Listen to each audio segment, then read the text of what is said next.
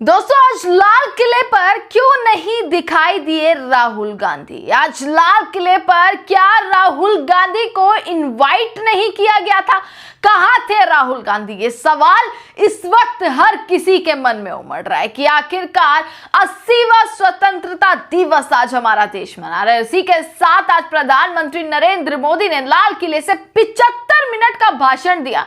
सभी लोग पहुंचे थे, पर इस देश के नेता प्रतिपक्ष आखिरकार कहां थे? राहुल गांधी की एक भी तस्वीर लाल किले से निकलकर क्यों नहीं आई? ये बहुत सारी तस्वीरें हैं दोस्तों। आपको अमित शाह नजर आ जाएंगे, आपको हर मंत्री नजर आ जाएगा, नितिन गडकरी, ओम बिरला, किरण रिजिजू, हर कोई नजर आ जाएगा। पर एलओपी आखिरकार कहां है? क्या एलओपी को नहीं बुलाया गया? ये बहुत बड़ा सवाल है दोस्तों। इस सवाल का जवाब सुनिएगा दोस्तों।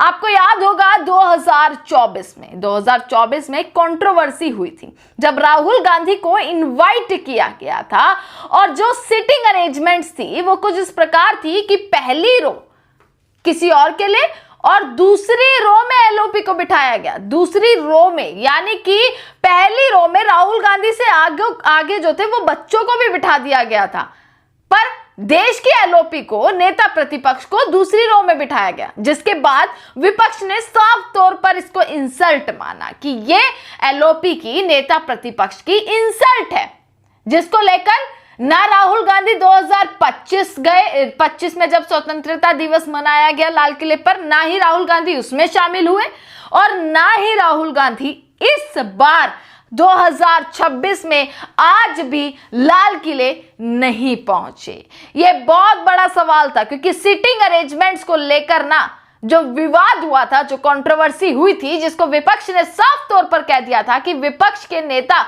कि किस प्रकार से भाजपा इंसल्ट करती हुई नजर आ रही है, उनकी बेइज्जती थी ये कि उनको पीछे बिठा दिया गया, और कैसे बच्चों को भी उनसे आगे बिठाया जा रहा है, अन्य लोगों को उनसे आगे बिठाया जा रहा है। मतलब क्या इज्जत है, क्या रिस्पेक्ट है, किस तरीके का सम्मान ये दिया गया है, जिस पर बहुत सारे सवाल उठे थे। और कहा जा रहा है यही एक कारण है कि जिस वजह से राहुल गांधी पिछले 2 साल, इस बार का और इससे पहले पिछले साल का, किस तरीके से पूरा ये कार्यक्रम छोड़ते हुए आ रहे हैं, यानी कि लाल किले वो नहीं पहुंचे थे आज भी और पिछले साल भी।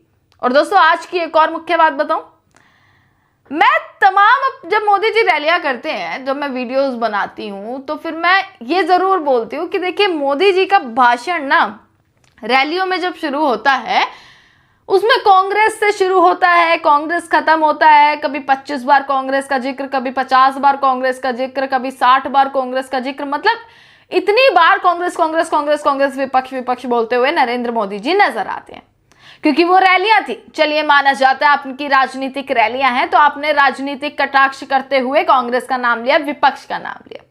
पर आज जब आप देश को संबोधन कर रहे थे लाल किले की धरोहर से, तब भी आपने विपक्ष को नहीं छोड़ा। मतलब इतनी क्या इनसिक्योरिटीज है कि आपको हर भाषण में, अपनी 75 मिनट की आज की स्पीच में भी आपने विपक्ष को ही स्पेस दिया। क्यों आखिरकार?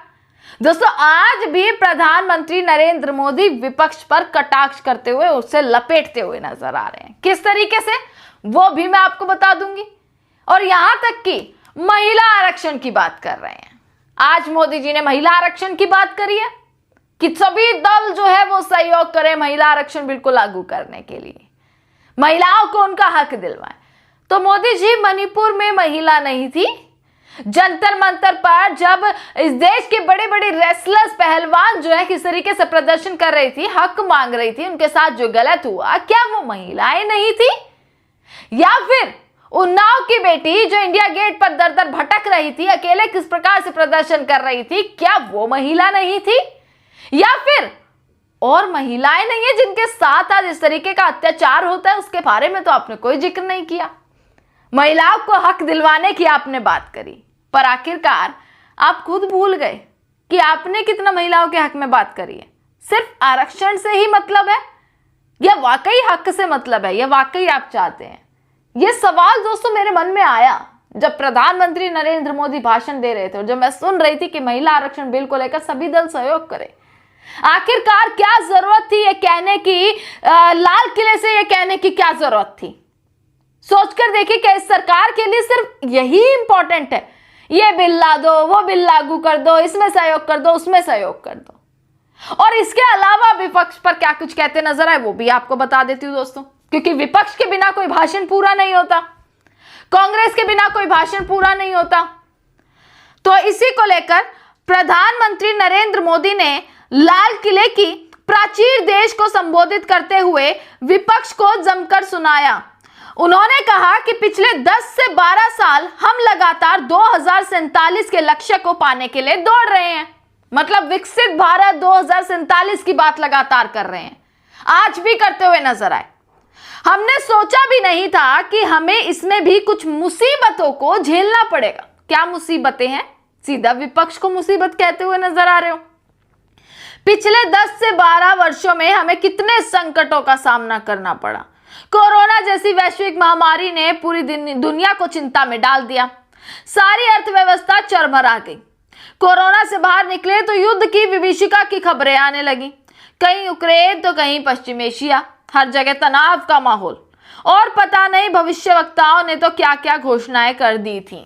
इस तरीके से विपक्ष को सुनाने लगे, विपक्ष पर बोलने लगे मोदी जी। अब देखिएगा इस वीडियो को, आप समझ पाएंगे। पर सवाल मेरा यही है, स्वतंत्रता दिवस, ये देश आज 80वां स्वतंत्रता दिवस मना रहा है दोस्तों, पर क्या आज हमारा भारत स्वतंत्र हुआ है? जिस तरीके से आज जाति धर्म की राजनीति चल रही है, क्या इन सभी से भारत मुक्त हुआ है? क्या हमारे देश को महंगाई से आजादी मिली है? क्या हमारे देश को बेरोजगारी से आजादी मिली है? क्या हमारे देश को महिलाओं के साथ जो अत्याचार हो रहा है, महिला असुरक्षित है, क्या उससे आजादी मिली है? क्या हमारे देश को भुखमरी से आजादी मिली है? क्या हमारे देश को स्वास्थ्य, शिक्षा, तमाम संस्थानों में जिस तरीके से गड़बड़ियां चल रही हैं, पेपर लीक हो रहा है, क्या उससे आजादी मिली है? और क्या उससे आजादी मिलने का एक वादा प्रधानमंत्री को लाल किले की धरोहर से नहीं करना चाहिए था?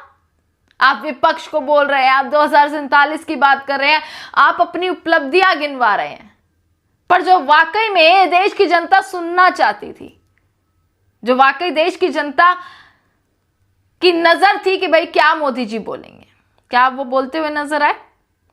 और एलओपी नेता प्रतिपक्ष राहुल गांधी 2 साल से वहां नहीं पहुंच रहे हैं। क्या इस पर सरकार ने और कोई संज्ञान लिया या कोशिश करी कि हाँ भाई नेता प्रतिपक्ष को बुलाया जाए, किसी भी तरीके से बुलाया जाए, बातचीत करके बुलाया जाए? नहीं। तो आखिरकार किस किस की बात आप कर रहे हैं अपने भाषणों में? दोस्तों मैं सुनवाती हूं आपको कि क्या कुछ कहते हुए नजर आ रहे हैं प्रधानमंत्री नरेंद्र मोदी जी। पिछले 12 वर्ष में देश के कोटि कोटि नागरिकों ने, दलित हो, पीड़ित हो, वंचित हो, आदिवासी हो, गांव में रहने वाला हो, शहर में रहने वाला हो, गरीब हो, मध्यम वर्ग का हो, युवा हो, बुजुर्ग हो, नारी हो, पुरुष हो, उत्तर हो, दक्षिण हो, पूर्व हो, पश्चिम हो, हर किसी ने पिछले 12 साल में एक संकल्प के साथ, समर्पण के साथ देश को नई ऊंचाइयों पर ले जाने में हर प्रकार से प्रयास किया है। मैं उनके इस प्रयासों का आदरपूर्वक स्वीकार करता और उसी का परिणाम है कि इतने कम समय में 25 करोड़ देशवासी गरीबी को परास्त करके गरीबी से बाहर निकले हैं। इन्हीं देशवासियों का प्रयास का परिणाम है कि हम कभी फ्रेजाइल 5 में गिरे जाते थे। 12 साल के भीतर भीतर हम एक मेजर इकोनॉमी में फास्टेस्ट ग्रोइंग इकोनॉमी बन गए हैं। साथियों, देश आजाद हुआ, बहुत सारे सपने लेकर के आजाद हुआ, लेकिन हम गति नहीं पकड़ पाए, रफ्तार नहीं पकड़ पाए। होती है, चलती है, अरे हो जाएगा, देखा जाएगा, उसी में खोए रहे। 2014 तक आते आते तो पूरे विश्व ने हमें फ्रेजाइल 5 के उस में डंप कर दिया था। ऐसे समय पिछले 12 साल में भारत ने एक नई रफ्तार पकड़ी। तेज गति से हम आगे बढ़ रहे हैं और देशवासियों का संकल्प है कि अब 140 करोड़ देशवासियों के संकल्प को, सामर्थ्य को रोकना नामुमकिन है। प्यारे देशवासियों, पिछले 12 वर्षों में डिफेंस प्रोडक्शन करीब 4 गुना हुआ। खादी और ग्रामोद्योग का उत्पादन करीब 5 गुना हुआ। इलेक्ट्रॉनिक मैन्युफैक्चरिंग करीब 7 गुना बढ़ा। आधुनिक रेलवे कोच का निर्माण 21 गुना बढ़ा। मोबाइल फोन उत्पादन 33 गुना बढ़ा। इतना ही नहीं, आधुनिक युग को देकर के भी डिजिटल और इनोवेशन की दुनिया में भी हमने अपना परचम लहराया। इंटरनेट कंज्यूमर करीब करीब 4 गुना बढ़े। पेटेंट ग्रांट होने की संख्या 4 गुना बढ़ी। डिजिटल ट्रांजैक्शन 100 गुना बढ़े। सामान्य मानवीय की सुविधाओं की तरफ भी हमने उतना ही गंभीरता से काम किया। हर साल औसतन 15 गुना ज्यादा तेजी से हमने नल से जल कनेक्शन दिए। हर साल औसतन 6 गुनी ज्यादा रफ्तार से लोगों को गैस कनेक्शन दिए। हर साल 4 गुनी रफ्तार से गरीबों के लिए टॉयलेट बनाने का काम किया। हर साल 3 गुना ज्यादा तेजी से गरीबों को घर देने का काम किया। देश ने गवर्नेंस में भी बहुत बदलाव लाया। हजारों की संख्या में कंप्लायंसेस खत्म किए। सैकड़ों की तादाद में पुराने कानून खत्म किए। पिछली शताब्दी के कानूनों से 21वीं शताब्दी की मार्च नहीं हो सकती। हमने आधुनिक इंफ्रास्ट्रक्चर के लिए मेट्रो का विस्तार किया। हमने पब्लिक ट्रांसपोर्ट को ताकत दी। जिस स्पीड से काम, जिस स्केल पर काम किया, ये सब, ये रफ्तार, ये विस्तार, ये अचीवमेंट आजादी के बाद पहली बार पिछले 1 दशक ने देखा है। और जब इतनी सारी सिद्धियां हमारे सामने हो, इतनी तेज गति दिखाई देती हो, देशवासियों का सामर्थ्य पल पल प्रकट होता है, तब तो 2047 में विकसित भारत बनने का संकल्प कभी भी अधूरा नहीं रह सकता है। ये सारे आंकड़े इस बात की गवाही देते हैं कि हम आगे बढ़ने वाले हैं।